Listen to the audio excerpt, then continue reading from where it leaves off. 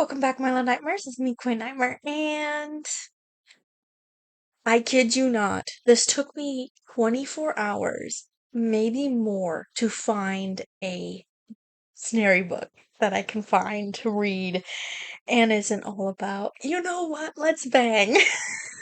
Because, and all of the good stories that I wanted to read to you guys, because I know you guys really like good content and not just the smut. I'm looking at you. Anyways, a lot of the books I have are dreary now, and I'm like, what is wrong with me? Anyways, let's keep going. Also, by the way, some of you have been asking, the Snarry book, Boy Who Lived a Bit. It does have a sequel, so I will get back to it, but I was trying to have a whole new,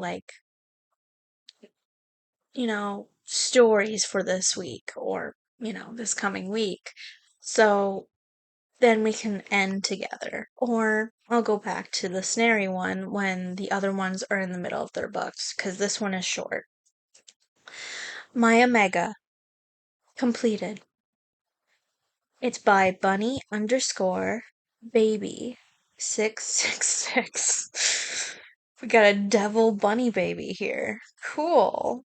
Harry's 8th year is here. He won the war, and now is the time that he finds out his ranking.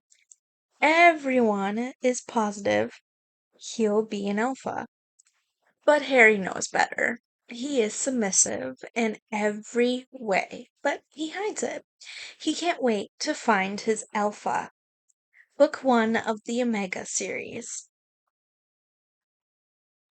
What am I? Harry was irritated as he waited for it to be time. He was in the same itchy jeans shirt he always wore. Ron and Hermione learned a while ago that they were betas and immediately chose to be mates. Since then, they haven't talked to anyone but Molly. Ginny had been trying to talk to him desperately and sending him 10 letters a day. She didn't stop until Harry moved into Grimmauld Place and set the wards to allow in no letters. Today was his turn to find out his role. He's had multiple journalists harass him already before the workers kicked them out. He was the only one in the lobby as Neville had already entered his room several minutes earlier. They had a nice conversation, and Harry realized Neville was one of his only true friends. The door opened and caught his attention. Mr. Potter, the room is ready for you. The soon-to-be 18-year-old stood from the stiff chair and followed the beta healer assistant to a back room. The room was small and had 4 doors attached. All right, the 2 doors on the left are the bathroom and the alpha room. If you become an alpha, you will be drawn to enter that room. It has a larger set of clothes as most alphas grow and a more masculine theme. The 2 on the left are beta and omega rooms. The beta room is neutral and you will stay the same. The omega room is more feminine and has smaller clothes, so omegas tend to shrink. Breakfast will be served in your room before you leave. Good night. She didn't let him speak before leaving. Depression overcame him as he was left in the plain room with nothing but a similar chair and table with a clock. Everyone expected him to be an alpha. Even he did. He wanted to be an omega. He wanted to be taken care of for once in his life, instead of having to take care of yet another person. At the least, he wanted to be a beta so he could live his life in hiding. Exhausted, he took off his shoes and fell into the chair. Staring at the clock, he watched as the time ticked slowly to midnight. Finally, The two hands hit the top, and a warmth spread over the teenager. He couldn't feel it as his body changed and his mind was rewired. The room felt scary, lifeless. All of a sudden, Harry shivered as the warmth left and his body seemed to freeze over.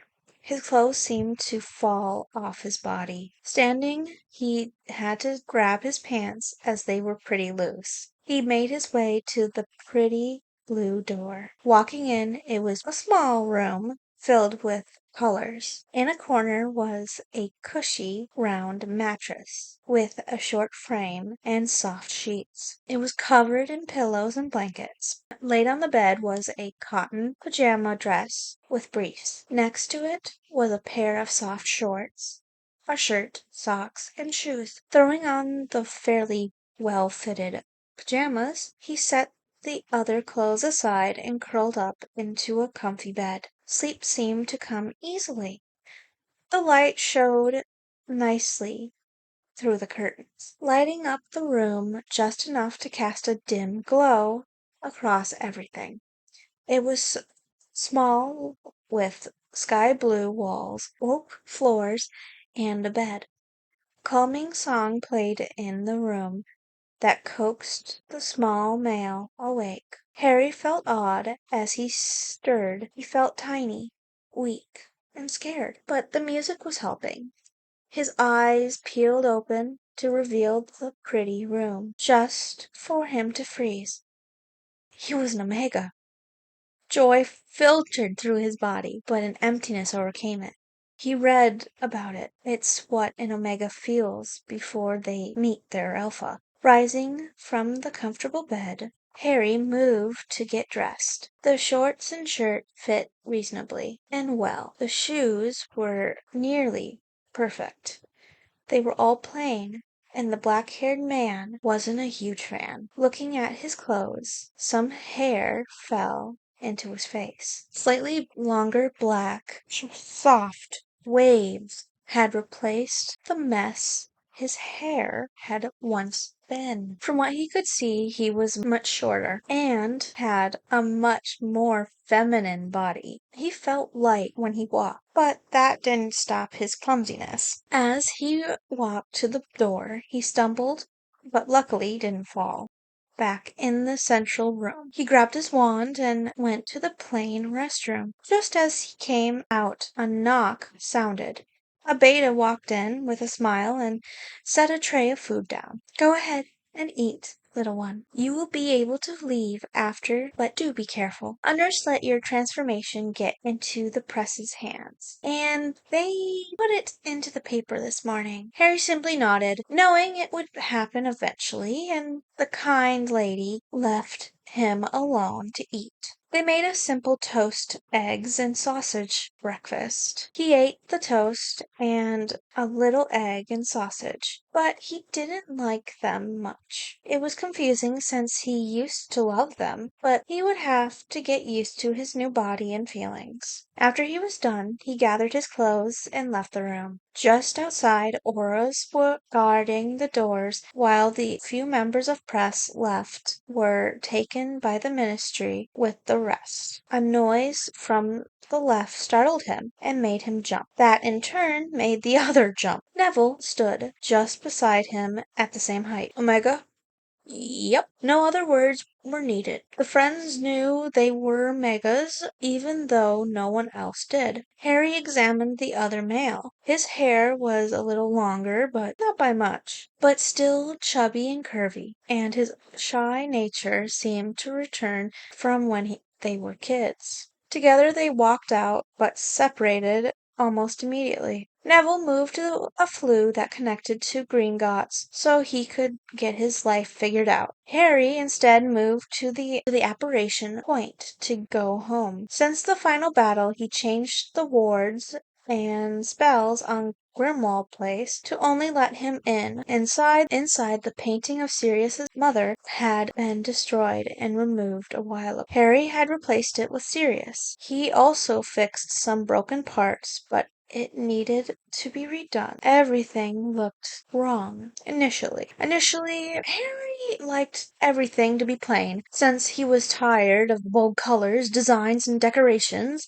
around the Gryffindor common room. But no, it felt cold and empty. He still didn't want anything like the dorm. Instead, he wanted lots of pillows and blankets and nicer colors. Truding up the creaky stairs that now scared him, he made his way to the master bedroom. It felt like home, but still odd. Pushing that aside, he threw more blankets and pillows on the bed and fell asleep. Hogwarts School of Witchcraft and Wizardry. After a few weeks, the Omega had completely renovated, painted, and furnished the house.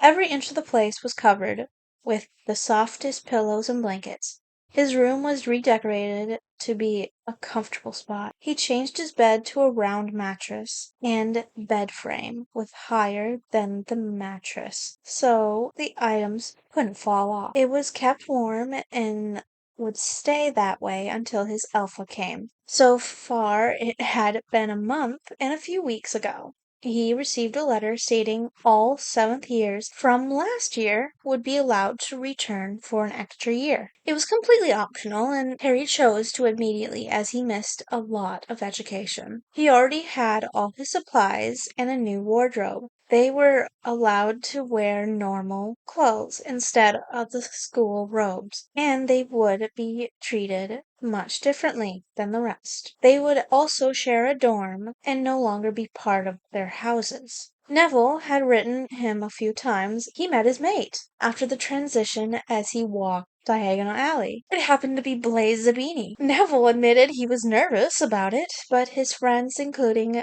Pansy and Draco, happily accepted the couple. Draco was an Omega as well. To be honest, Harry quite suspected it. Now the man got ready and packed before he left the next day. He would be apparating in as the teachers did. So far he knew Neville, Blaise, Draco, Pansy, Hermione, and Ron were going to be there. He wasn't sure if any former Ravenclaws or Hufflepuffs were attending, but most of his old classmates decided against it and continued their normal lives. First thing in the morning, Harry woke up, got dressed, eating a breakfast of toast and a bagel. He grabbed his bags, but for his chest, he used the given portkey to take it to his room. Everyone would have their own due to there being plenty of space. Then he grabbed his plain black, sparkling school bag and checked to ensure his dress was smooth and nice. His entire wardrobe was dresses and skirts, tailored to him perfectly. His hair was decorated with a bow that matched the emerald green sundress. After taking one last look around to ensure he had everything, he moved to the apparition room and returned to his second home.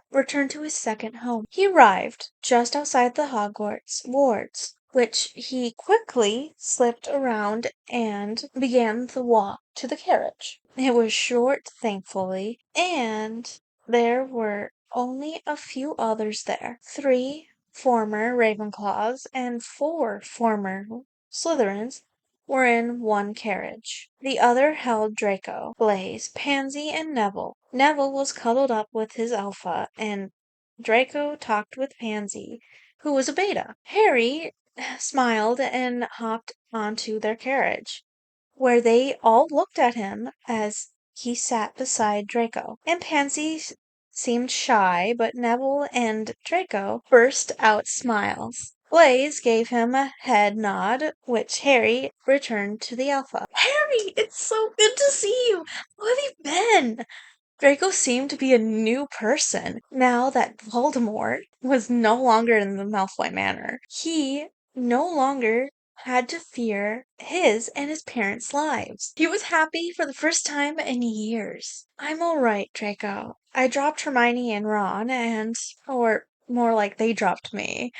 So I moved into Grimmauld Place and I had it redone. It looks much nicer now. I'm glad, but I'm sorry about Hermione and Ron. Even though they are bigots, I know how much they meant to you. It's all right. I should have seen it sooner, but I was blinded by the thought of friendship and family. Looking back, Ron only cared about money and fame, and he abandoned me any time he didn't get it, or when he thought he'd get more. Hermione's just a know-it-all brat who thinks she's better than everyone. Draco gave him a look of pity crossed with empathy. He tried to tell Harry, but he was too far gone. The blonde couldn't blame the other Omega, though. As he learned about Harry's abusive past, Neville decided he was ready to talk. What classes are you taking this year, Harry? Simple ones. I mostly want to brush up on my education more than anything. I'm doing potions, DADA, care of the magical creatures, herbology, and art for fun. How about you guys? Blaze and I are potions, care of magical creatures, defense against the dark arts, and herbology. Pansy and I decided on potions, history of magic, study of ancient runes, and advanced arithmancy. The conversation continued as more people appeared. 5 former Hufflepuffs shared carriage, and 3 more former Ravenclaws and 2 former Slytherins were forced to share a carriage, and 7 Gryffindors, including Hermione and Ron. They fell silent as they rode up to the castle, Harry reveling as she welcomed him with warmth and peace. It wasn't long before they were greeted by McGonagall at the doors. Harry kept with the others as they were led to the Great Hall. Dumbledore, Filch, Hagrid, and Sprout were the only ones there. Welcome, everyone! Please have a late lunch with us before you are shown your rooms. Everyone sat near the front of the hall in their groups. Now, this is a very special year as you come back to finish your education that was lost. You shall be known as the Hogwarts house, and you will be allowed to wear what you wish, have no curfew, and have free access to the forest and Hogsmeade at any time. You will have separate rooms and a shared common area, complete with a kitchen, private bathrooms, and a small library. We want you to have a stress-free year, so please have fun. While you shall not be allowed to play Quidditch with the other houses, you are allowed to borrow school brooms to fly or a game between each other, because you do not have a house or head of house, head boy, head girl, or prefects. I have decided that Harry Potter and Draco Malfoy shall be in charge. Now let's eat! Harry and Draco shared a look, but said nothing. Like always, food appeared in front of the groups, who happily ate. Harry took some small chicken sandwiches, strawberries, cucumbers, and tristle tarts. Blaze was making sure all 3 Omegas were eating properly, and was content at seeing they were. Once they were all done, Hagrid stood and asked them to follow him. They walked to the secluded part of the castle, till they hit a picture of the 4 founders. Password is Olive Branch. Every Monday, Harry and Draco shall come up with a new one. Your names are all on the doors, and your bags are already inside. The rooms are charmed to look however you wish. Have a wonderful school year. The students thanked the half-giant before entering their dorm. The common area was large. The center held stairs leading into a shallow pit, with couches lining a fire, and tables and chairs, and beanbags lined the room. Straight ahead was a giant opening that led into a peaceful library. At the back of the library was a giant window with window seat that could fit 10 people. To the left was a hallway that led to everyone's rooms, and the right was a large kitchen where the pantry and freeze box were filled with food. Everyone went down the spacious hallway to their rooms. Harry's was at the end, and Draco's across from his. Blaise and Neville's was beside Harry's, and Pansy was beside Draco's. They waved goodbye after entering their rooms. Harry smiled as his bed was a lot like at home. He had green walls, dark wood floors, covered in soft black rug, black and green bedding, and covered in pillows, and pushed chair bags. His chest was next to the bathroom door, which had a large tub and sink. He had black tiled floors and green tiled walls, while the tub was filled with a small waterfall that relaxed the Omega. He was quick to drop off his bag and return to see how much everyone else was relaxing. Alpha, how could that be? Harry noticed that it was about 5, so he found a book about potions and read while sitting next to Draco, who was reading an ancient runes book. Once it was about 7, Harry stood and walked to the kitchen. He looked into the freezer box to see some kinds of meat. There were 29 of them, including Harry. He grabbed 2 chickens, 2 hams for meat, strawberries and blueberries and raspberries and blackberries for fruit, corn, broccoli, and cucumbers for vegetables. The ingredients to make miniature pies and the trestle tarts for dessert. He started with the meat. He was happy to see a nice magically enhanced oven and stove, a microwave, and all different kinds of magic enhanced muggle cooking items. He grabbed some seasoning out of the pantry and pineapple Fanta soda to pour over the ham. He grabbed all the other items he needed and started cooking for the others. He had caught the attention of others, and some came over to watch while Neville and Draco, the other 2 Omegas, came to help. Neville, having experience, took to creating the desserts. Draco had no experience and was put to the task of cutting the fruits and vegetables and placing them on their trays with various dippings. They worked quickly, Neville being distracted by Blaise every once in a while, until Harry snapped at the Alpha to leave his helper alone. Even as an Omega, he still held so much sass. It took about 2 hours for everything to cook, and the 3 men laid the food out, buffet style, with a plate and silverware for everyone. Everyone lined up politely, thanking the Omegas for their work as they helped themselves to their share. A few had to yell at Ronald as he tried to take the whole chicken by himself. The cooks went last and sat by the fire in the pit. Neville happily ate and conversed from Blaise's lap, while the former enemies sat on the floor next to each other. The night was terrific, as those from separate houses finally conversed and made friends between themselves. Harry was delighted to see former Ravenclaws and former Hufflepuffs together, and even more so when he saw former Gryffindors and former Slytherins getting along and even playing games in a game corner Harry didn't see when he came in. The night was over too quickly for Harry's liking. Everyone had gone to bed, but he was wide awake. He finished the book from earlier and set it down with a sigh. Well, I might as well take a walk around the castle. Maybe that will wear me out. He went to his room to change into a soft nightgown and a thin black robe to cover it.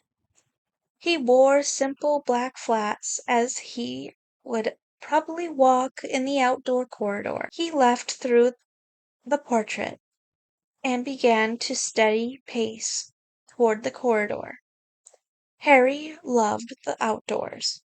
One of his favorite things to do was garden, but he hasn't been able to start one of his own. He'd have to add a greenhouse to the Grimald place, or move into one of his parents' smaller properties. The moon showed brightly through the halls as the young male walked into the outdoor halls.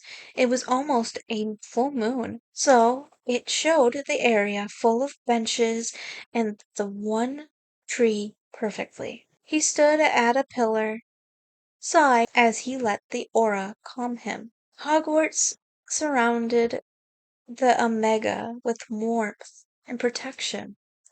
Then it changed. Something new was in the air. It was tense, but calming and protective. The smell of potion ingredients and old books grew thicker as light footsteps made their way to his location. Harry dropped to his knees and leaned on the short barrier attached to the posts as he waited for the person to round the corner. Severus Tobias Snape was doing his nightly check of the school grounds and was on his way to the outside corridor next. He had to keep his mind from wandering to the nightmares he had been having lately that had stopped him from sleeping. Images from his childhood were reappearing, and the recent ones of the snake attack. He was grateful Harry had gotten him to Pomfrey in time, but it was unlikely the boy would let him get close enough to thank him and apologize for what he had done. Severus was the first to admit that being a spy had destroyed his mind. He was always cold-hearted and took out his stress by targeting an innocent person. He was snapped out of his thoughts by an interesting smell.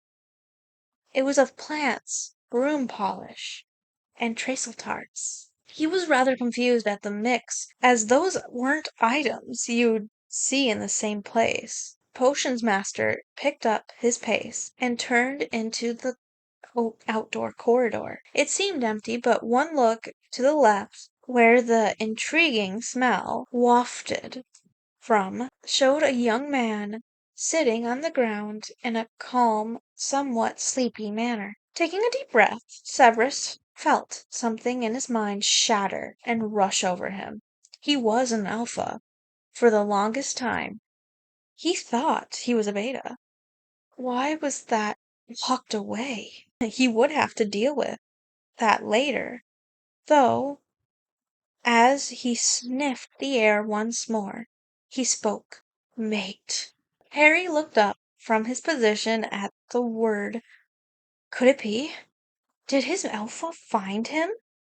He looked to his right and froze in shock as he saw a handsome-looking Severus Snape. His nose had been fixed. It was clear he was taking better care of himself, and his hair. But what was going on? He sniffed the air, and his scent was stronger. Mate. The words put Harry in shock. Severus Snape was his alpha? How could that be? Harry whimpered in sadness and fear as he realized something. He would probably reject him. Snape hated him. My sweet little Omega. Severus growled as the whimper left his Omega's voice. His nature was naturally aggressive and protective. He refused to let his mate be scared or sad. He took a step forward as Harry took off. The Alpha was shocked, but was quick to chase. Harry ran for a while after turning into an empty classroom and locking the door. He hid in the corner as the dark man stopped at the door, calmly jiggled the handle. Suddenly the doorknob turned, and Harry nearly slapped himself for thinking Snape, a seasoned wizard, couldn't do a simple Alohomora. Once the man was away from the door, on the other side of the room, he bolted.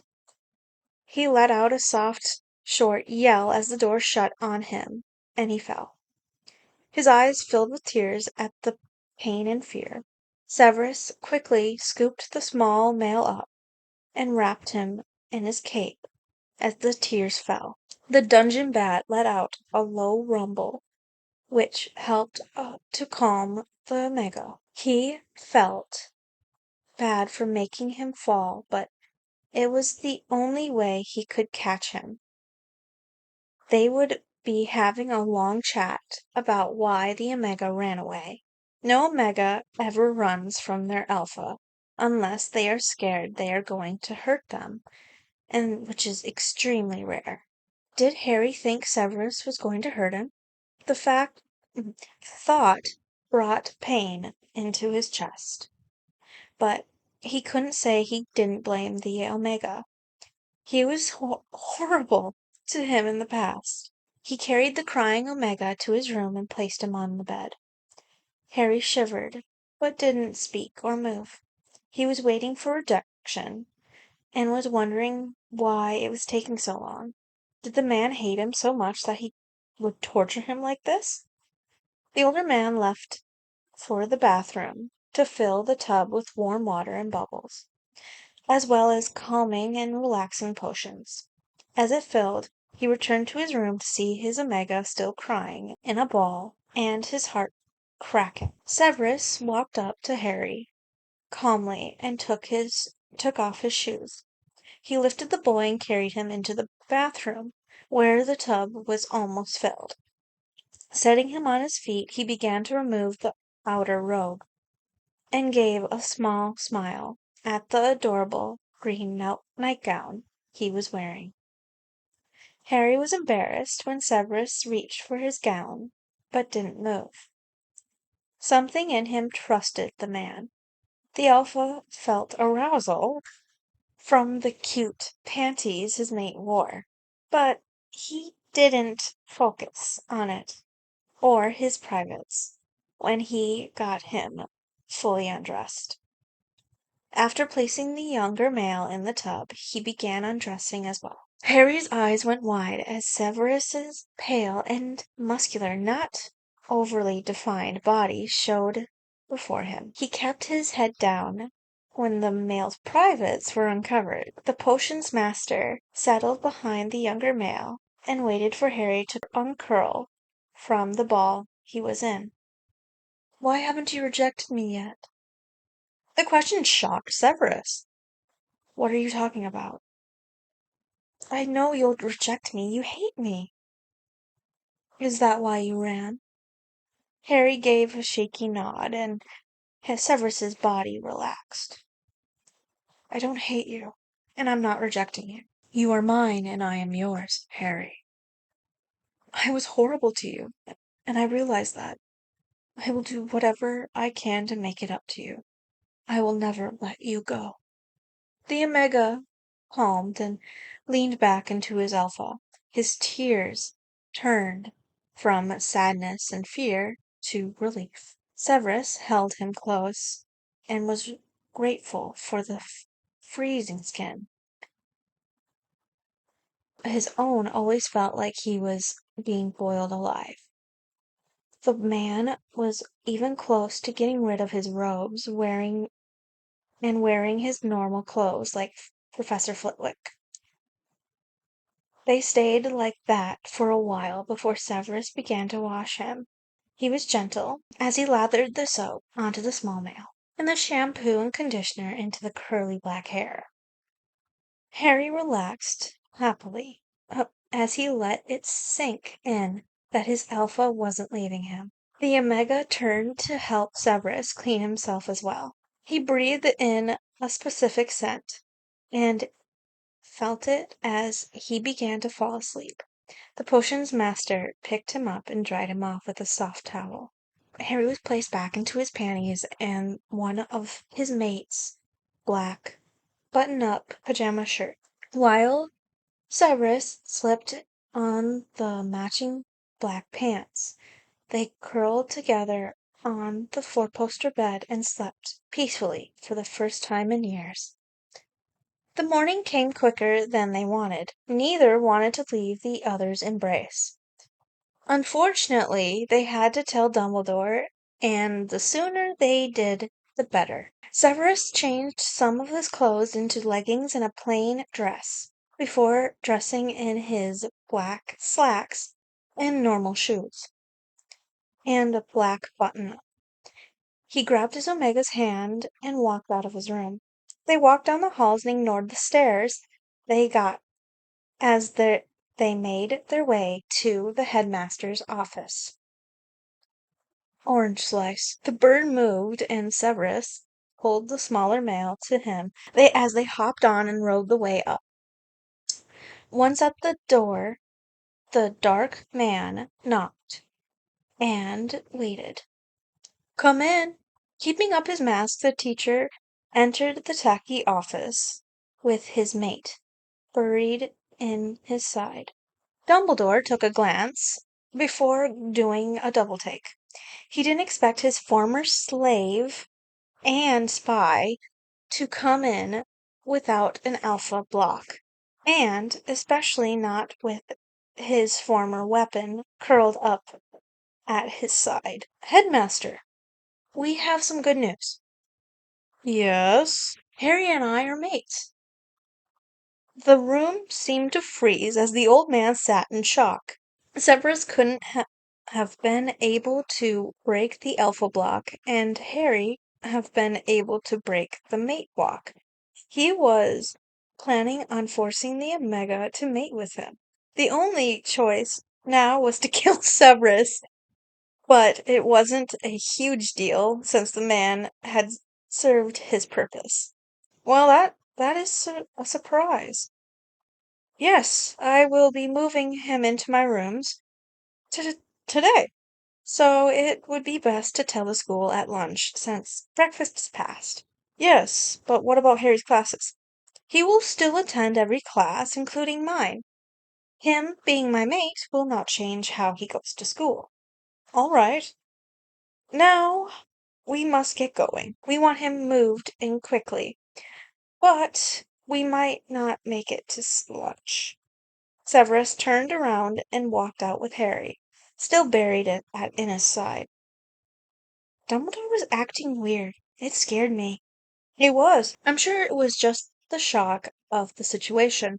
He may be a manipulative fool, but he's not evil. The Omega accepted that, but neither believed those words. Moving in. The common room was empty, so it was easy to grab Harry's items and move them to Severus's room. It took them a while, as the Alpha decided to make his room similar to the Omega's old one. It held multiple large cushions, a round bed filled with blankets and pillows, a circular chair that hung from the ceiling that could hold them both, and a comfy couch. They placed Harry's clothes on the right side of the closet and stashed his trunk under the bed. By the time Severus emerged from the closet, Harry was throwing around blankets and pillows and the Alpha's dirty clothes and placing them in a specific spot on the bed. At first the man was concerned, but it quickly changed to realization.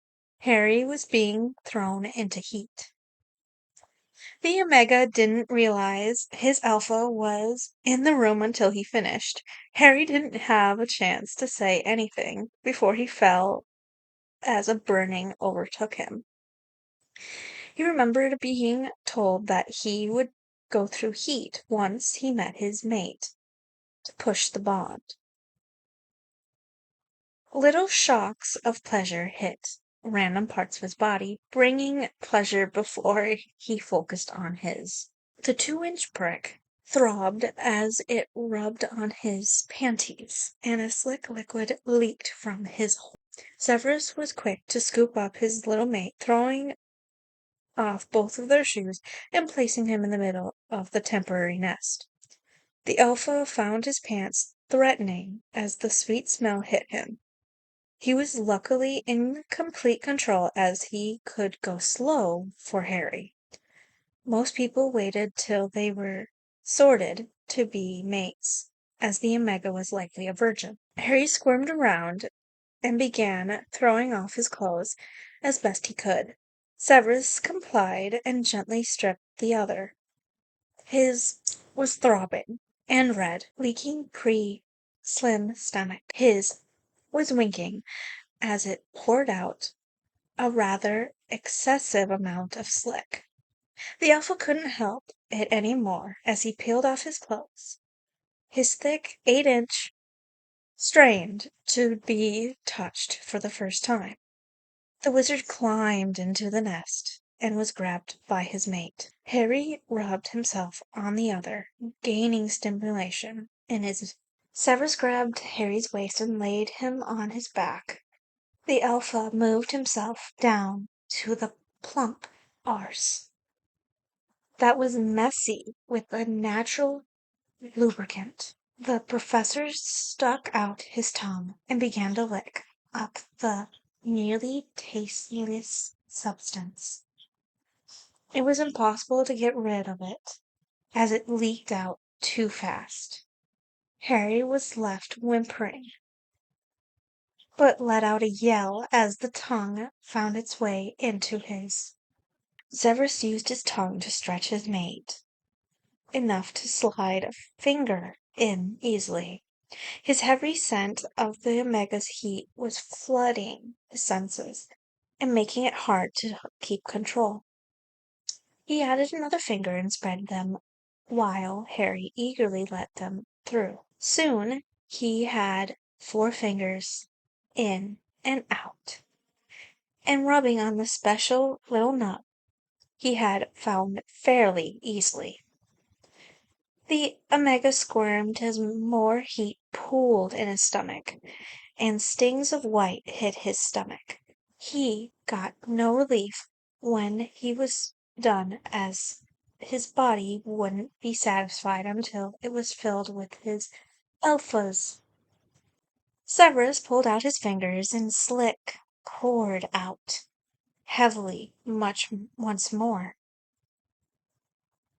He used it to slick up his and place the tip against the puckering. Are you ready, baby? Yes, Alpha, please.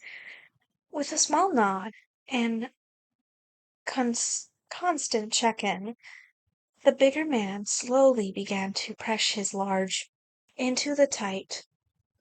Harry sighed in relief, but winced every once in a while from the stretching. Once seated, the couple sighed, and Severus placed soft, soothing kisses along his mate's body to finish relaxing him. After a few seconds, Harry gave his Alpha a nod to continue, and Severus obeyed.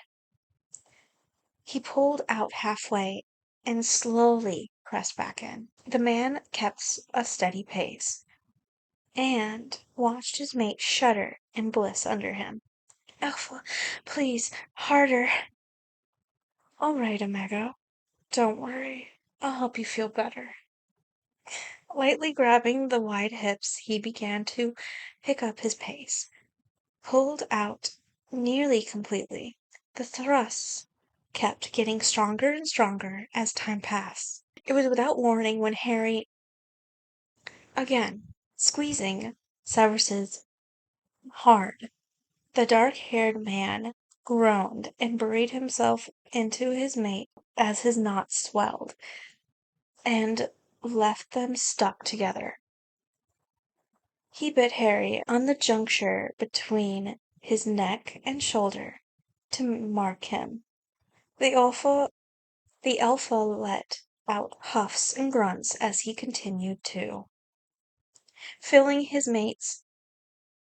Harry shuddered and purred with a happy smile as his heat eased. Severus's eyes widened a bit as his mind cleared and he realized what happened.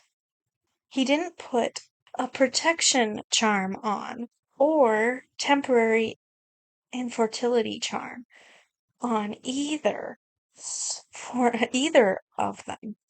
It was likely his mate would become pregnant. He loved the thought, but Harry might have a hard time in school. The potion master sighed, but stayed Still, as another raked over his body, he couldn't pull out because he would rip Harry and leave him injured. They would be stuck for about an hour as the alpha kept having and filling his mates to ensure pregnancy. Severus rolled onto his back, keeping Harry on top of him, and covered them with a thick blanket. The two fell asleep, happily, as the Alpha thought of ways for his Omega to finish school this year. Voldemort, or Dumbledore. Severus was the first to wake up that morning. He slid his limp out of Harry and grimaced at the dried and slick combo. The man got up, made his way to the bathroom to shower, and walked out with a towel round his waist and a bucket of warm water with a rag. His mate had woken up and took to cuddling the dominant male's pillow. The potion master growled in approval and got the attention of Harry. The Omega purred and tried to sit up, but was brought back down as pain hit his hips and ass. Severus rushed to the smaller man, putting the bucket and rag on the nightstand, rubbing his back. "It's all right, darling. Lay back down, and I'll clean you." The Omega obeyed as his Alpha took off the soiled and strongly scented items before slowly dragging the wet rag over his entire body. That's when Harry noticed something off. Shouldn't my next round of heat have started already? They both froze. If he wasn't in heat right now, that only meant, "Alpha, am I pregnant?" Harry had happy tears in his eyes as the other finished cleaning him up. "I figured you would be. The rest of the students will be here tonight, and classes will be in 2 days. Today we shall go to Poppy to check if you're pregnant or not. And if so, I'll call us both out for about a week, so we don't lash out at anyone who comes near the baby. We will also have to make up a plan for schooling. I don't want you to miss out, because I messed up."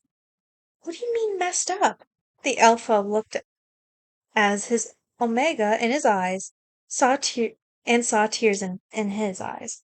"It's okay, darling. I just mean I wanted to put a protection charm or temporary infertility charm on one of us, so you could finish school. Don't worry. I want as many kids as you wish to carry." That seemed to calm the other down. Severus sent out a Patronus to Dumbledore and the other professors to tell them about the possible pregnancy. He got himself and his mate ready and carried the smaller down to the infirmary, where Poppy had already gotten things ready. "Oh, Severus, Harry, darling, please come here and I'll confirm if you're pregnant. It would also be good to check you for any abnormalities, Severus. It isn't normal for alpha sides to hide or disappear." The dark man nodded as he laid his mate on the bed. He growled a bit. The Medwitch came closer, but let her wave her wand around and watched as pieces of parchment filled out the information. "Well, it seems he's malnourished, his multiple unhealed injuries, and congratulations! You and Harry are going to be parents." The Omega cheered as Alpha hugged him tight. "Now I have some pregnancy safe potions he'll be able to take to help him heal. They will need to be taken every day for the next month. Now, Severus, on to you." She quickly scanned him and was upset to see the results. "It seems you have some unhealed injuries as well, and a trace of blocking potion and beta scent potion. It seems someone was forcing you to hide as a beta." Confusion and anger hit those words. The Poppy knew better than to try to ease it over. She simply gave the couple their potions and they left. The walk to their room was silent, and even when they entered, neither said a word. It wasn't until they were cuddled on the hanging swing, while staring at the fire, that Harry couldn't stand it anymore. Do you have any idea who could have done that? A couple, but some of them aren't plausible. Who? The only people who could get that close by the time I was 18 would have been Voldemort, Lucius, Narcissa, Dumbledore, and Minerva. Lucius, Narcissa, and Minerva would never have done something like that to me. I wanted to be Voldemort, but those potions only last a few months, and it's been about a year. So either he created a modified version, or Dumbledore has been hiding it from me. But why? To keep me under control? Both wanted me to hate you, and to keep loyal to them. Even though you hadn't gotten your role yet, my instincts would have wanted to protect you. What will we do? Severus pulled the scared Omega closer and kissed his head. I'll contact Lucius. He should be able to pull a few strings and possibly trace the potions back to their source. Forcibly hiding someone's role is illegal. They relaxed back once more, but the Alpha couldn't stand the tense and somber mood. What gender do you think they'll be? Harry looked at him, confused. What? The baby. Oh, I don't know. I honestly want both eventually, so it doesn't matter. I'm just hoping it isn't twins. I want one, then maybe twins, or triplets later. That sounds wonderful. I mostly want a girl, a daughter to call my own. What a good mix is always welcome in my mind. They spent the night talking about nursery colors and items before falling asleep, where they were. The fire faded slowly, but Hogwarts made sure to keep their children warm as they slept. Harry's dreams, for a second time, were nice and filled with his Elpha and their children in a beautiful home. Severus's dreams were a bit more on the naughty side, his mind filled with his darling, naked and heavy with child. He would most definitely have to keep his love pregnant for as long as he could. First day back. The week went by faster than either wanted, but they could say for a fact that they would be all right letting the unborn child into the world. It was Monday, so Harry had a free period. The defense against the dark arts, lunch, herbology, and then he was free. Tuesday was art, Wednesday was care of magical creatures, and Friday was potions. His schedule and workload would be light, and his free time would be with Severus in his office or classroom. The Omega threw on black skinny jeans and a long V-neck with one of Severus's capes on top with some black muggle shoes. Severus was in his black pants, a button-up with the two first buttons undone, and the dragon hide shoes. He cast a cooling spell on his clothes so he couldn't mess with the temperature in the lab, or that could ruin potions. Harry had a warming spell on his clothes, and was grateful the cape was lined with black velvet. The couple decided to eat breakfast in their room before making their way to the potions classroom. Severus summoned a plush chair that Harry plopped into and rubbed his flat belly. The potion master growled as he looked around as the substitute who had had rearranged everything. He quickly placed all the desks and cauldrons and ingredients back before leaving to the back to fix the extra items. Gryffindor and Slytherin first years piled in and sat in opposite sides of the room. The Slytherins who knew Severus and were told about him and his mate gave the Omega small smiles before fixing their masks. The Gryffindors, however, ignored him, except for one who was pointing and laughing with his friends. Harry shifted uncomfortably and was relieved when a deep ringing signaled the beginning of class, and Severus burst into the room. His presence, even without his bellowing cape, was intimidating and caused everyone to freeze. The Slytherins were scared, but also felt safe with their head of house. The Gryffindors looked ready to piss their pants as the man went through his speech. Eventually, the one Gryffindor, despite his friend's warning, raised his hand. Yes, Mr. Lewis. Who are you and where is Professor Lee? I am Professor Snape. Professor Lee was your substitute. Who's the freak behind you? Harry winced at the nickname he'd been called since he could remember, and Severus let out a dangerous growl. If you know what's best for you, Mr. Lewis, I suggest you keep your mouth shut for all remaining classes you have with me, unless to ask or answer a potions related question. Do you understand? The boy nodded his head with his eyes glued to the desk. Good. Now, I am more than willing to bet you have been taught wrong. So we shall start from the beginning. After that class, Harry had to go to DADA, which he shared with Blaise and Neville.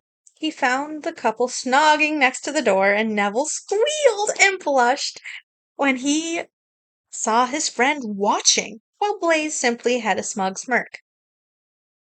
Harry, the news was all over the school. I'm so excited for you. Thanks, Neville. Who's the new professor? Professor Maria Sanchez Gracia. She's from the US, but she was born in Mexico. She's really good at teaching, and all we do is work on spells we already know. Just then the doors open and reveal a woman in her 30s with black hair and very light brown skin. Hello, everyone. Please come in. Together there was only Blaise and Neville, two Ravenclaws, and himself.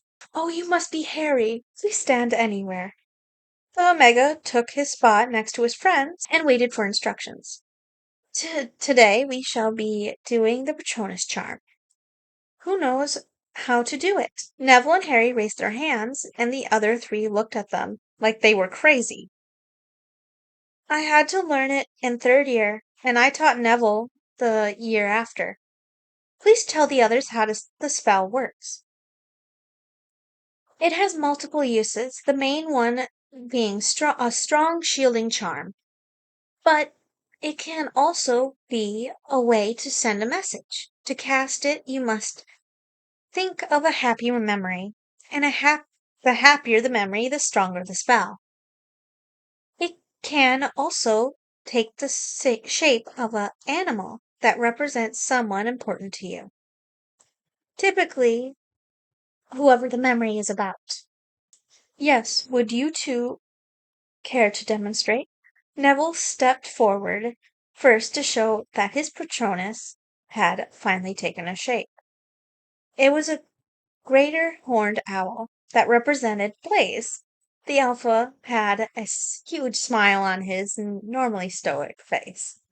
As the spell ended, Harry stepped forward, cast his, only to freeze as the figure changed. Instead of a usual stag he was used to, the blue mist showed a raven that flew around the boy before vanishing. Severus. The rest of the class consisted of the Omegas helping the Alphas and Betas with casting, with the promise that this would be picked up next week. Harry left and joined his Alpha in the dungeons. Severus didn't have class after that first one, so he had finished fixing his stores and working on his class lessons. After lunch, he had a free period. Well, Harry was in herbology, then 2 more classes after that. Herbology with Sprout was simple, as they only took care of some plants, since the plants they had learned about were running late on their delivery. He constantly reminded of how much Neville loved plants, as he ranted to Blaze about every one and their functions. The Alpha kept smiling and listening intently, as he knew how important plants were to his mate. That the male would want them to have a greenhouse in the future. Harry plopped down gently in his puffy round chair as Severus looked at his mate with amusement. The class with Hufflepuffs and Ravenclaws went by smoothly. One Hufflepuff was deemed the favorite after she commented on Harry's beauty. The last class was filled with the students from the 4 houses that had a harder time than the others. There were 10 in total, 5 Gryffindors, 3 Ravenclaws, and 2 Slytherins.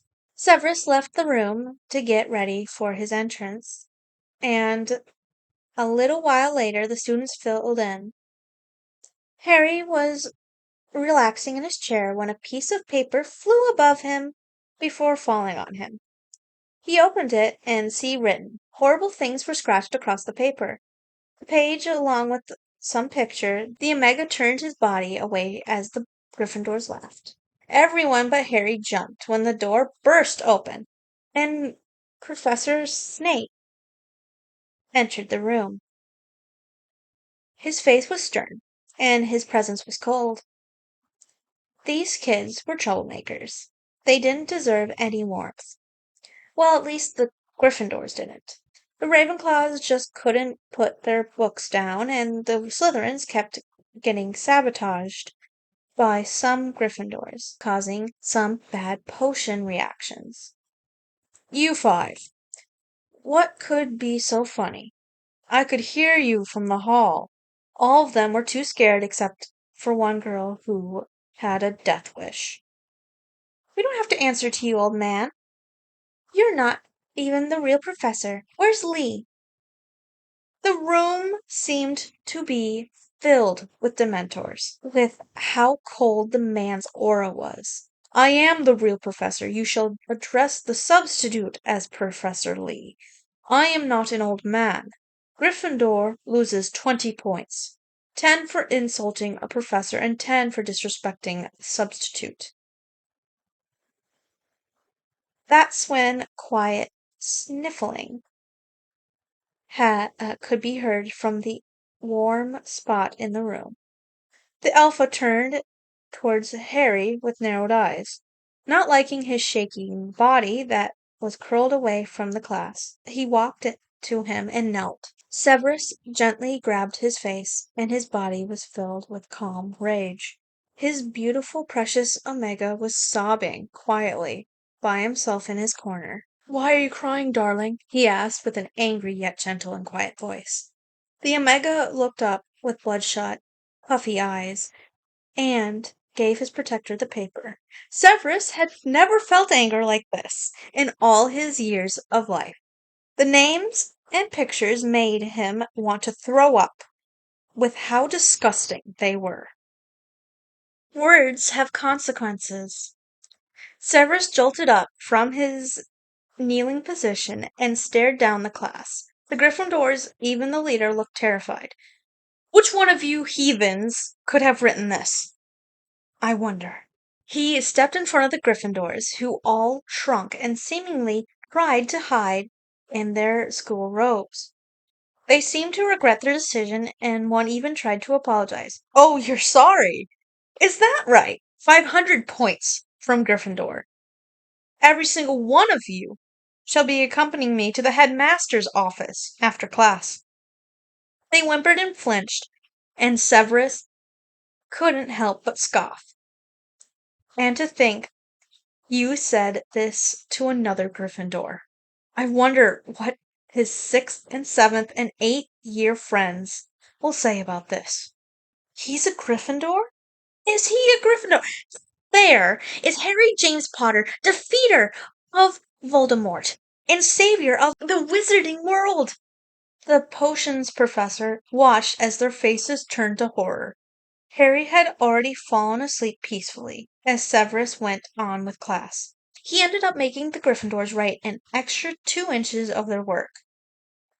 The two Slytherins were without a doubt going to tell their house. Once the other 5 were gone, Severus picked up his mate, carefully not to jolt him, and the paper. The rest of the group followed as their professor walked out the door. He didn't even look to make sure they were following. They were, of course. The children moved slowly, but didn't dare drag behind. Harry began to wake up as they made their way to the headmaster's office, and was peacefully relaxing in his elf's hold. Snape barged into the office, and was pleased to see the other teachers. Now Dumbledore couldn't fight them out of trouble. "Oh, Severus! We were just about to send a Patronus. Why are these students with you?" "These students are in severe trouble." No one wanted to question the man, as his aura was dark and deadly, except Harry, who nuzzled and purred at his mate. Severus calmed and kissed his forehead as the rest watched in amazement. All of them would be gossiping about the ghost of a smile they swore they saw before it disappeared. I would like everyone here to read the note they gave to my Omega. He took the horrid paper and handed it to Flitwick, who was closest. The Slytherin head of house watched as every teacher read it. Flitwick, Babbling, and Victor were in shock. Minerva, Madame Hooch, and Sinistra were livid. Sprout and Trelawney looked sick and had to sit down, and Hagrid looked upset and angry. The few others simply looked disgusted. Dumbledore looked terrified when everyone started talking about punishments and even expulsion. The idiot genuinely thought he would be able to talk them out of this. Now, everyone, let's calm down. It was just some first years making a harmless joke. I'm sure they've learned their lesson and should be sent to their dorms. What do you mean it was a harmless joke? Harry is an Omega. They could mentally damage him for years. Who the fuck do you think you are? Everyone froze. Minerva has never cursed. Ever. Harry whimpered and cuddled into Severus. He's never liked yelling because of his uncle. Everyone but the students and Dumbledore went to calm him down. He eventually was able to relax. It surprised everyone when Hagrid stood against Dumbledore. "I say them hooligans should have half an hour detention every day with all their teachers except Dumbledore for the rest of the school year." Everyone agreed, as since they were just first years, it seemed a little too much to expel them. But the kids were warned that they would be if anything like this happened one more time. The Gryffindors were escorted back to their common room by Minerva, while the rest walked back to their classrooms or private rooms. Severus smiled slightly as he walked his mate to their room. He was so happy the other teachers were on his side, even if it was just for Harry. The man made his way to their room and walked straight to the bathroom. He sat his Omega on the corner as he readied the bubble bath. He put some calming potion in the water before stripping himself and Harry and placing them in the warmth. The Omega relaxed onto his Alpha's body happily as he let the memory of that note slip away. They slowly washed each other, Harry happily brushing his fingers through Severus's healthy hair. In the end, Harry smelt like strawberries, like Severus smelled like trees. The Alpha took them out and dried them off, gently yet thoroughly. Harry nearly fell asleep on his feet as he was dried and dressed in one of Severus's pajama tops. He was laid gently on the middle of the newly built nest that still needed some adjustments and passed out. Severus chuckled at his mate and dressed in matching pajama bottoms. He curled around the smaller figure with a smile on his face. His life was finally worth living. Oceans class. Friday was quick to come as Harry spent his days on homework or with friends and Severus. His only class was potions, which was Severus's only Friday class. However, the class was right before lunch, so Harry was just relaxing on his fluffy chair. He practiced keeping his Patronus out longer while rubbing his too weak flat belly. The raven was flying around the room, taking care to stay out of Snape's way. The dark man was focused on his potion, looking at his mate every once in a while. Harry let the mist fade as his mind drifted to Monday. Alpha? Yes, darling. Those kids. You haven't had them yet. Did Dumbledore get them out of it? No, darling, the teachers thought it only fair for them to have an entire day with them as well as we'll have them tomorrow. Good. I was scared he forced the teachers out of it. Never. Dumbledore doesn't hold as much power over them now that the war is over. They, as well as myself, stopped supporting him after the loyalty oath broke, and none of us were willing to retake it. What if they try something again? They'll get expelled.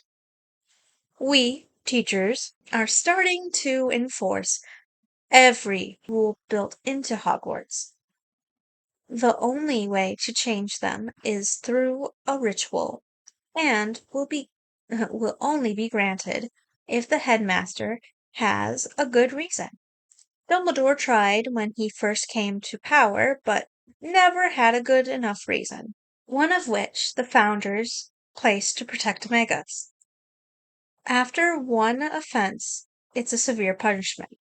If it happens again, they are expelled. Omegas have always been sacred, and we're hoping that happens again. Harry took that answer with a smile and closed his eyes while listening to the Alpha work. Eventually, he felt himself being shaken lightly, opened his eyes to be face to face with Severus. Hello, darling. Class is going to start in 10 minutes. I have a station set up for you, in front. The Omega simply smiled, stretched before giving his mate a kiss and standing. He made his way to the front table, with only one chair and a few protection charms. The charms are only there to protect the baby from fumes. I will not be giving you any special treatment, even if you are my mate. I expect the same amount of work out of you. Yes, Alpha, I wasn't expecting anything anyway. Good boy. After that, the rest walked in. First came Ron and Hermione, who sat in the far back left. two former Ravenclaws who sat in front of them, Blaise and Neville, who sat behind Harry, and lastly, Draco and Pansy, who sat in front of him. Good. Everyone in pairs? Eldest in the room drawled out, with a slight growl that had Harry suppressing a shiver. This year will be easy, as we all will be working on potions. You would have made in 7th year just without my help. Today, you and your partner will choose a potion to make and create a thorough essay on. You shall walk, you shall work on the potion in class and the essay outside of it. The essay will be due when the potion finishes. I shall be making the antidotes if necessary, as one student shall drink it while the other tests it.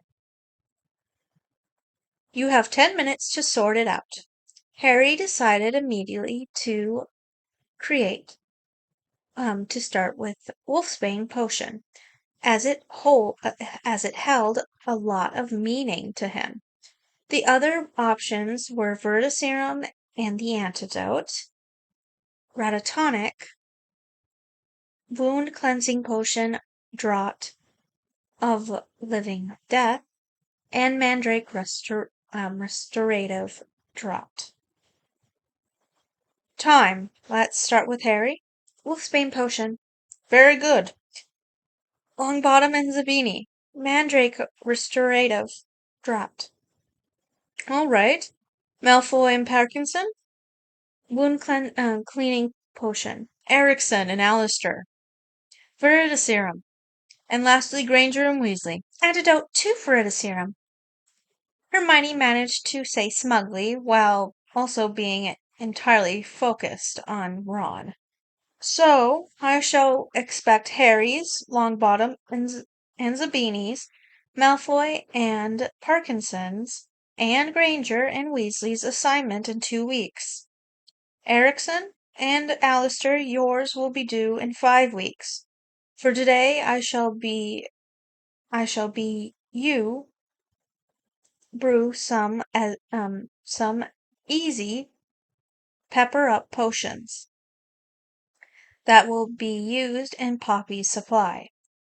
Anything less than perfect shall be scrapped immediately. Hermione's hand shot into the air, which Severus rose an eyebrow at. Yes, Miss Granger. Is there any reason you are calling us by our last name, but using Harry's first? He is my mate, as you and everyone else knows. And even if he wasn't, I am allowed to call my students by any name I wish, as long as it's appropriate and agreed upon by said student. It's disrespectful to not only him, but everyone else. It's clear you're playing favorites. I'll have to report this to Headmaster Dumbledore if it continues. You are not allowed to speak for others. Does anyone in here feel disrespected? The whole class shook their heads. I am also not playing favorites. He is expected to put in the same amount of effort as everyone else and will be graded properly. Then why is he covered in a protection charm? Well, none of us are. Now, Miss Granger, I thought you were the smartest witch of the century. Those spells are shields to protect my Omega and my unborn child. If he wasn't pregnant, he wouldn't have them either. Before you try to argue, this is done for any pregnant student as if it as it is both a rule and my own choice. Now, if I were you, I'd get to work. Harry stood from his table and hurried to grab the ingredients and prep them at his station. He quickly started on the potion, while the rest followed his lead. along with an embarrassed and red-faced Hermione. Ron was lazily beside her, not helping while lamely trying to calm her, with indifference and exasperation on his face. The former Ravenclaws were ignoring everyone, while Draco, Pansy, Blaise, Neville, and Harry silently made fun of her and mocked her while still paying attention to their potions. In the end, all of the potions were perfect, and the walking library and red-haired teaspoon stormed out, slowly followed by the rest, Harry's friends saying their goodbyes. A day in the forest. Saturday morning was tense for Harry, even with Severus reassuring him at every step. They showered and dressed in fall clothes.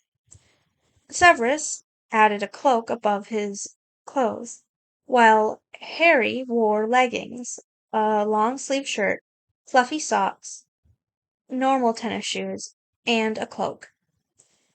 Alpha, why are we dressing in outdoor clothes? I need some potion ingredients in the forest, so that's what they'll be doing for detention today. We'll eat breakfast before heading over to Hagrid's hut. We'll meet them there, but I have a surprise for you first. A surprise? What is that? The chuckled at his mate. Well, it wouldn't be a surprise if I told you now, would it? I guess not. Harry sighed dramatically. The Omega allowed his mate to take his hand and led him to the great hall. They sat in Severus's chair, Harry on his lap, before noticing the points hadn't changed much. Gryffindors were fighting between gaining and losing. The elder years the elder years gaining and the younger losing. So they stayed in place.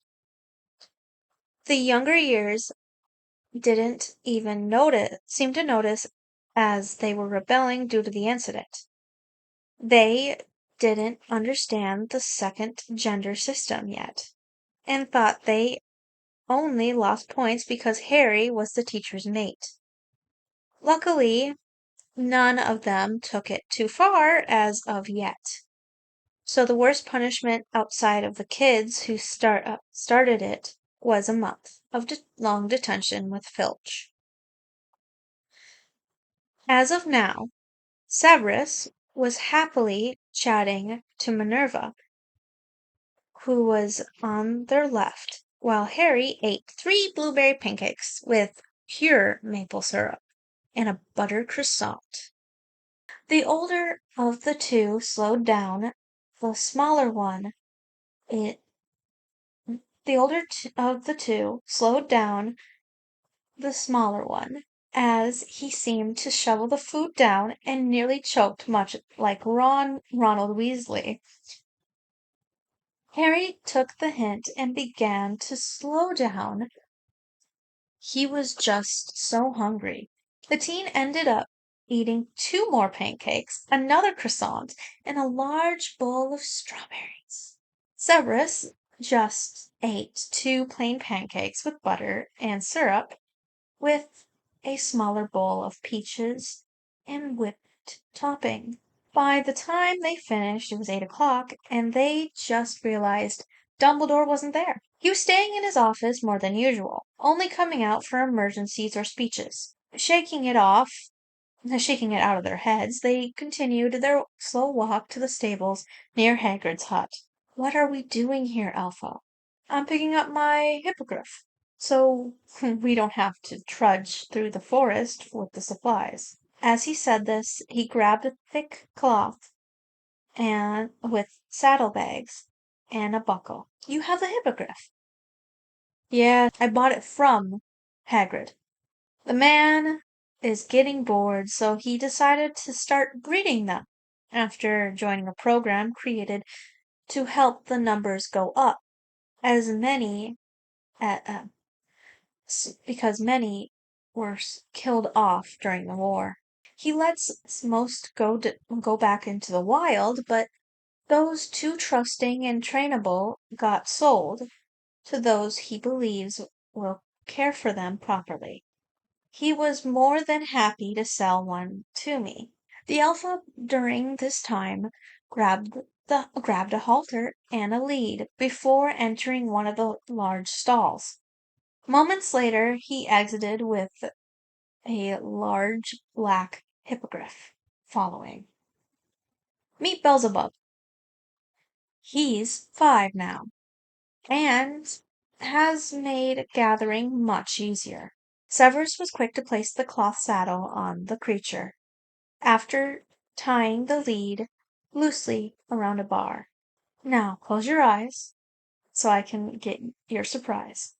Harry excitedly did so, with a giant grin on his face. The dark man quickly snuck to the back of the saddle with a slightly smaller halter to grab the not so small surprise. The Omega could hear rustling in hooves as he kept his hands over his eyes. His smile didn't waver as a large body moved between him before gently moving his hands. Harry opened his eyes and gasped before letting out a quiet squeal, aware of the animals around him. Alpha, is he really for me? Yes, meet Asmodeus. He's only 3, but he's well trained and very gentle. In front of the two is a slightly smaller hippogriff than Beelzebub, who was pure white except for his black flecks. He looked like a giant snow owl. I love him. Thank you, Alpha. Of course, baby. Now let's get him saddled so we can be on our way. The two saddled the creature, got Harry on him comfortably before grabbing the other and leaving to where they could see Hagrid with the group of 5 first years. The half giant smiled at them before returning to his hut, probably to grade papers. All right, Gryffindors, today I'll be needing unicorn hair, water from Unicorn Creek, phoenix feathers, Angel's trumpet, Cynthia, the leader, Ruby, and Max. You 3 shall go to Unicorn Pasture to collect the hair and water. The other 2 shall come with us. Wait, why do we have to be alone?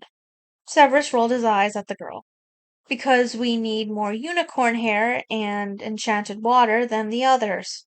I get that. I mean, why can't you or your mate come with us? If you had done any research over need to know creatures, you would know that only virgins get near unicorns. Ew! I don't need to know that you've done that, Severus scoffed. How else would my mate be pregnant? He could have done that with someone else. Harry gasped. Severus's eyes were like fire. The Omega was so offended. She thought he would present himself like that in front of anyone but his mate? Severus just tried to keep a level head, so he didn't go off on them. He instead angrily pointed in the direction of the field, and they ran to avoid his wrath. The rest went even farther into the forest, where the forest phoenixes nested. Severus went with the children to collect the feathers, and left Harry with the hippogriffs just off to the side. Now, most would assume that phoenixes were gentle, loving creatures, which they are, but what they don't know is that they're very territorial against those they don't know. They knew Severus from his many trips there for their feathers. But they didn't know the children. They swooped down and grabbed at their hair, causing them to scream. Severus chuckled before standing by the kids to calm the creatures. They soon got all the feathers and flowers that Severus needed and went back out to the forest. That's where they met the other three. They had their satchels filled with unicorn hair and vials of the monochrome water. Severus nodded in approval and took it from them. Detention is over for today. You may go. They ran towards the castle to get ready. Tonight was the Gryffindors versus Slytherin for Quidditch, and everyone was going to be there. Even Severus and Harry would be there cheering on the Slytherins. Okay, guys, I'm stopping here for today. Holy buckets on ice. That's a good story, I'll tell you that. Girl needed to shut her damn mouth. I swear. Anyways, she was like, detention? Don't know her. Why are we here? No idea. Let's get in detention now. Oh, good grief. Okay, anyways, let's do, you know,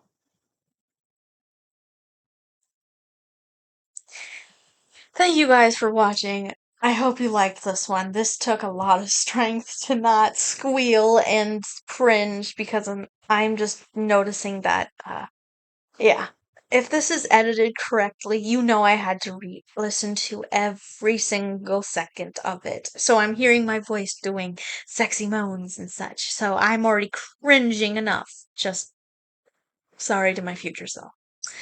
Anyways, it did get a bit dirty, but I tried to cut out most of the words and stuff like that. So hopefully it will just be like, censored. So like it won't be 18 plus. So that you have to jump through hoops by, you know, you have to sign in to something or whatever. You know what I mean. Anyways, thank you guys so much for watching. I hope you give this a big thumbs up. Comment down below what you want to see next. Or comment how stupid I feel. Okay? It works. Um, thank you guys. My social medias are down below as well. So you can contact them. Go check out my jewelry and my to marry that I just posted a couple days ago. I'm trying to keep to the schedule you guys voted on. I didn't do a Hermione because it wasn't, like it I already started that story. So I was gonna wait till next week to edit it, but if you want me to just do Blair on instead of Hermione, I understand. So tell me down below. Anyways, I love you guys so much. See you next time. I'm tired and I just did this like over a span of how many hours? A lot of pauses, a lot of my mom kicking my butt. But bye guys. I love you guys so much. Bye bye.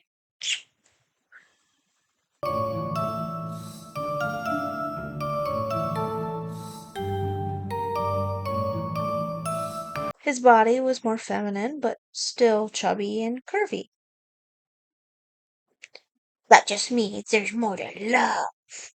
I'm serious. It doesn't matter if you're chubby or not. It's just more to love. And if you are skinny, I'm just saying that because I'm also chubby and that's how I learned it. There's just more to love. There's more to cuddle. There's more stuff. It doesn't matter if you're chubby or skinny, you're just more to love. Cool.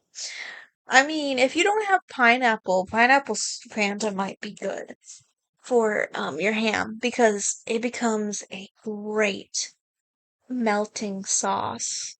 I don't know about the soda part, but the nice melting and the gravy from the ham becomes really tasty. Every Christmas, my mom makes it. Anyways,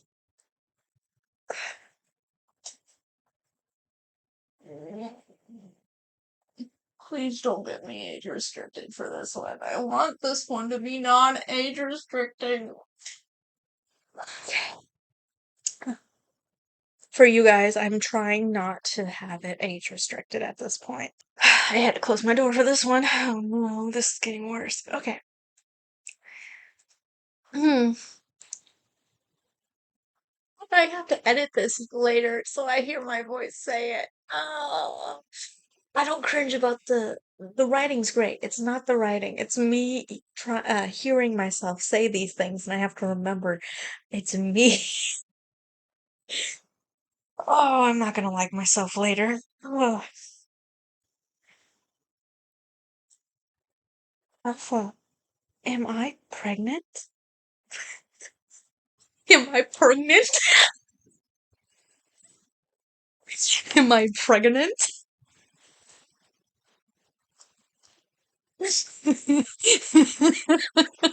I hate this. Everything. So I'm gonna hear myself and I'm gonna be like, really? Really me? Really? Anyway. Oh, Severus. Harry, darling. Please come here and I'll confirm if you're pregnant. Am I pregnant? Anyways, sorry.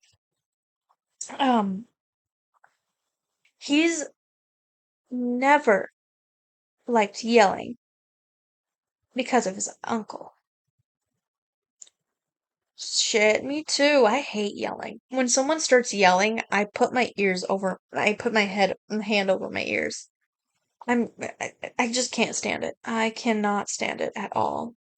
I hate when I start yelling because then I feel like I turned into the people who, caused, you know, caused damage to my psyche. It's terrible. Anyways, let's keep going. Erickson and Alistair. Alistair, what are you doing in this stuff? You're not supposed to be here or alive at this time. You're dead. No offense to Alistair. We love you, man. You're very ace in the hole. Okay. Did this person watch Hello Boss and just like, you know what? I'm using those. Like Alistair, Beelzebub, Asmodeus. They're like, let's use demon names for demon things. Let's do it, bro. I'm like, he could have done that with someone else. Harry.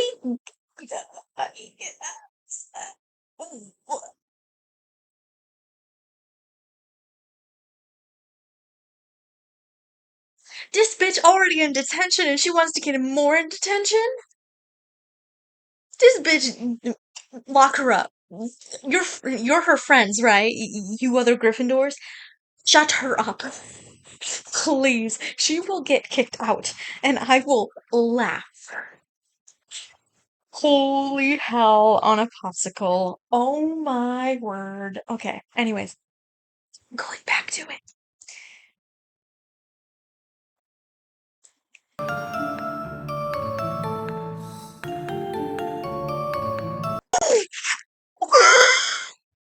It's my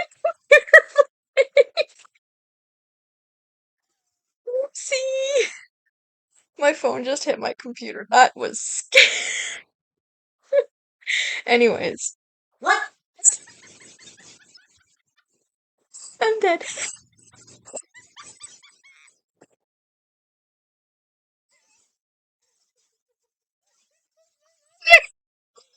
You're in deep trouble, little lady. Mhm. Just fibbed and pick some more. I got into bed and that's it. That's it. Spooky too. Didn't say anything. Liar. Anything either. No. No, I don't know what you're talking about. Uh-huh. Uh-huh. I don't know what you're talking about.